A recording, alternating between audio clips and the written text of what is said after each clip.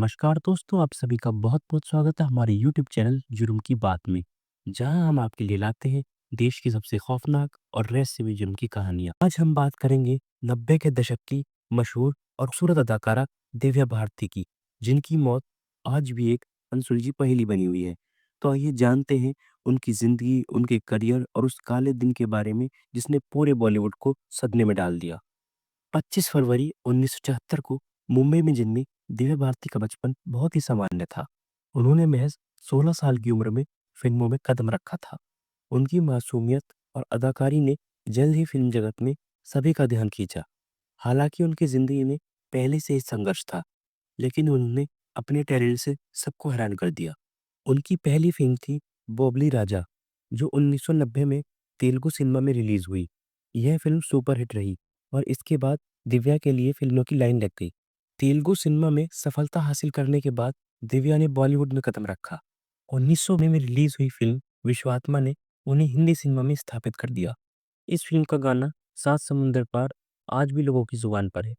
इसके बाद उन्होंने कई बड़ी फिल्मों में काम किया, जैसे 16 और शबनम, दीवाना, दिल आसना है। उन्होंने एक साल में 10 फिल्में की और टोटल 14 हिंदी फिल्में, जिनमें से 3 उनकी मौत के बाद रिलीज हुई, जिनमें वो आधे से ज्यादा काम कर चुकी थी। कई फिल्मों को दोबारा भी बनाना पड़ा। उन्होंने 6 साउथ इंडियन फिल्में भी की थी और जब उनकी मौत हुई तो उस वक्त भी उन्होंने 12 फिल्में साइन कर रखी थी। शोला और शबनम के सेट पर उनकी मुलाकात साजिद नाडियाडवाला से हुई और फिर उसके बाद दोनों में प्यार हो गया और 10 मई 1992 को उन्होंने चुपचाप बिना किसी को बताए शादी कर ली। यह शादी इस्लामिक तरीके से हुई थी और इसके बाद दिव्या भारती ने इस्लाम भी कबूल कर लिया था। इसके बाद साजिद नाडियाडवाले ने दिव्या भारती को तुलसी अपार्टमेंट में एक 5वीं मंजिल पर एक फ्लैट खरीद कर दिया। 5 अप्रैल 1993 को दिव्या भारती अपने उस फ्लैट में होती है तो उनकी एक दोस्त थी, नीता, जो उनकी कॉस्ट्यूम डिजाइनर थी।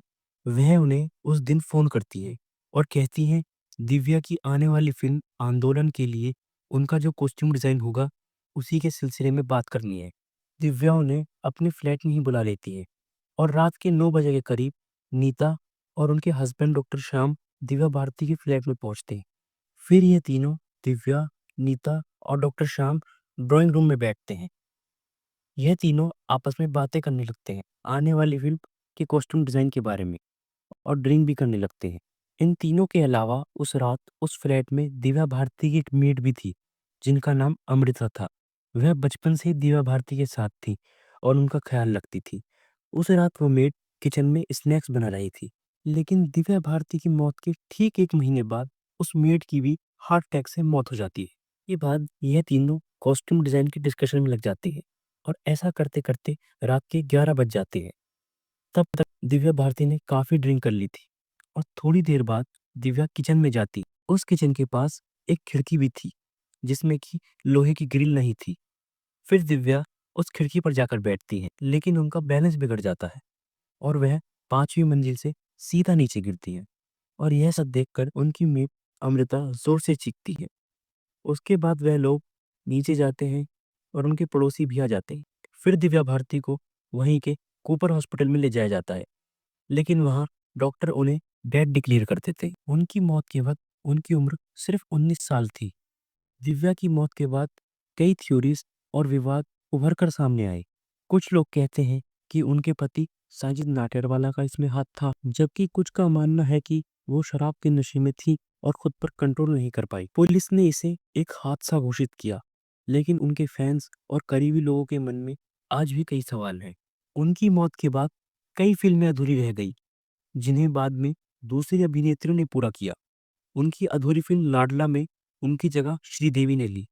भले ही दिव्या हमारे बीच नहीं है, लेकिन उनकी फिल्में और अदाकारी ने उन्हें अमर कर दिया है। आज भी उनके फैंस उन्हें उतना ही प्यार करते हैं जितना पहले करते थे। दिव्या भारती ने बहुत ही कम उम्र में वो मुकाम हासिल किया जिसे पाने के लिए लोग सालों तक मेहनत करते हैं।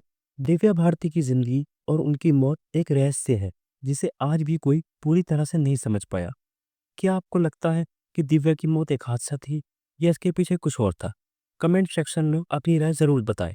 और अगर आपको ये कहानी अच्छी लगी तो हमारे चैनल जुर्म की बात को सब्सक्राइब करें और वीडियो को लाइक करें। धन्यवाद।